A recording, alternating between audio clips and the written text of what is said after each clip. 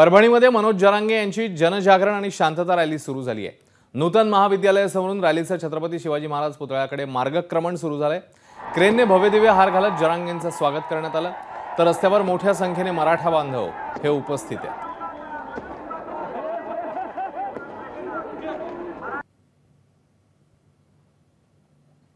ही परभणीमधल्या रॅलीची दृश्य आहेत।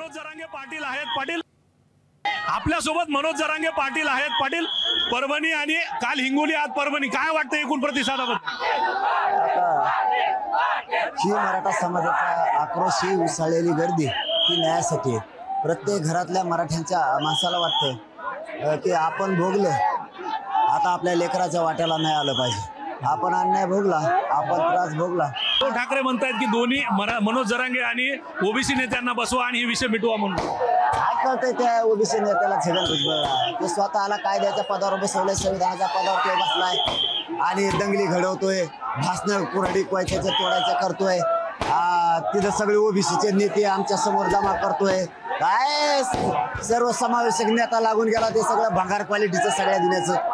तो संविधानाच्या पदावर बसलाय, ओबीसीचा मोठा नेता आहे, जिथं मराठीचं आंदोलन बसलं त्याच्या पुढे नको बसायला, दंगली लागतील, तिथं बसायचं। काय मूर्ख आहे ते सगळ्या दुनियाचं, टेन्शन काय बसायचं?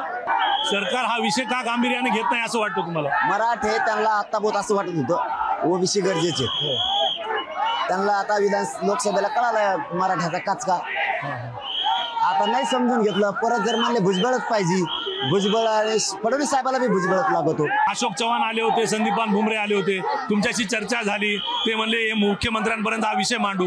काय नेमकी चर्चा झाली, पुढे काय झालं का त्याचं? म्हणाला माहित काय, नुसते गप्पा मारायला देत माझ्या संघ, त्याच्यामुळे मी समाजासंघ आहे। ते असे लबाड असते जर राजकारणी लोक, त्याच्यामुळे मी माझ्या जातीसोबत आहे। नमस्कार। मन शुद्ध तुझं ही वेगळ्याच प्रकारची मालिका तुम्हा सगळ्यांना खूप आवडली होती। याचा दुसरा सीझन कधी येणार अशी विचारणा झाली। प्रतीक्षा संपली आहे मित्रांनो, येतोय मन शुद्ध तुझंचा दुसरा सीझन। होई मन